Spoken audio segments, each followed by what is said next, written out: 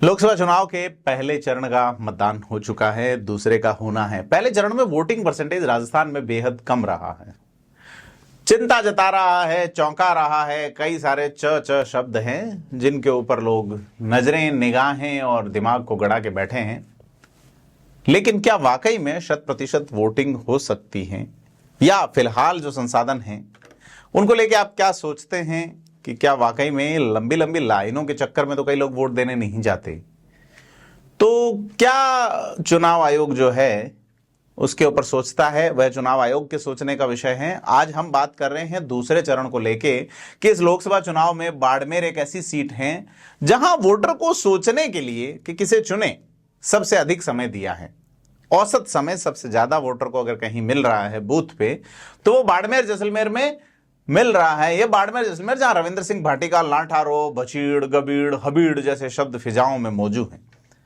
इस सीट पर करीब 42 सेकंड एक वोटर को वोट देने से पहले सोचने का समय दिया जाएगा। 42 सेकंड का समय दिया जाएगा, यानी राजस्थान में जो समय है वो औसत 35 सेकंड के आसपास मिल रहा है। तो इस औसत से 7 सेकंड अधिक टाइम मिल रहा है सोचने के लिए कि आप सोचिए किसे चुने, कैलाश चौधरी, उम्मेद राम या रविंद्र सिंह भाटी। यानी त्रिकोणीय संघर्ष में से किसे चुने। ये वही सीट है जहां बीजेपी कांग्रेस को अब लग रहा है कि सेब ही दुनिया की तमाम समस्याओं की जड़ है। काश प्रथम पुरुष और प्रथम महिला आदम और हवा, एडम, ईव, मनु, शत्रुपा, कुछ भी मान लो, इन्होंने सेब नहीं खाया होता तो ये दुनिया नहीं होती, ये चुनाव नहीं होता, ये और संघर्ष ही नहीं होता। दूसरी जगह जहां अधिक टाइम मिल रहा है उस सीट का नाम चित्तौड़गढ़ है, जहां बीजेपी के मुखिया सीपी जोशी चुनाव लड़ रहे हैं। अब इन पहले और दूसरे वाली जो सीट हैं, दोनों ही सीटों पे राजपूतों ने बीजेपी के खिलाफ मोर्चा खोल रखा है। चित्तौड़गढ़ में तो नया नया खुला है। चित्तौड़गढ़ में 38 सेकंड एक वोटर को मिल रहे हैं, और इतना ही समय, 38 सेकंड, थोड़ा सा कम समय, या इतना ही मान लीजिए आप, वो वसुंधरा राजे के बेटे दुष्यंत सिंह का भविष्य तय करने के लिए झालावाड़ में चुनाव आयोग मतदाताओं को दे रहा है। परंतु इसी चरण में एक और सीट है, जालोर सिरोही।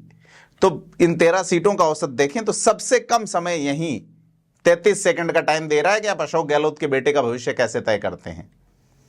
चुनाव आयोग यही बताना चाहता है कि हॉट सीट पर आम परिवारों से निकल के आए प्रत्याशियों को परखने के लिए अधिक समय चाहिए।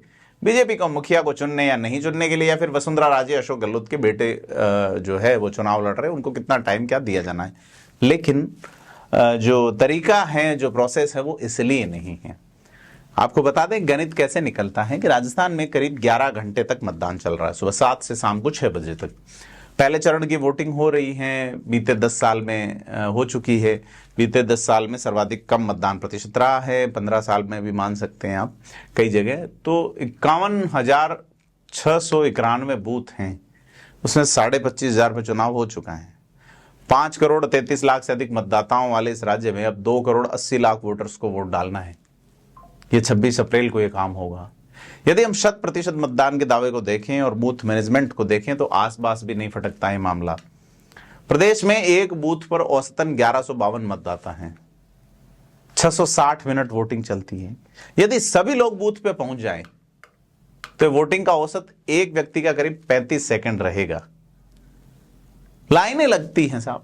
इस चक्कर में, इस धूप में, इस माहौल में बूथ की संख्या कब बढ़ेगी? अब बाड़मेर में इतने ज्यादा बूथ हैं कि वहां समय ज्यादा मिल रहा है, दूरी वगैरह ये चीजें माने करती हैं, लेकिन वो चीज जालोर के साथ भी लागू होती है कि आदिवासी इलाके हैं, पहाड़ियां हैं, पहुंचने के रास्ते, साधन नहीं है। इस दूसरे चरण में सबसे ज्यादा मतदाताओं वाले लोकसभा क्षेत्र पाली में 23,43,232 वोटर हैं, लेकिन बूथ 2201 ही हैं।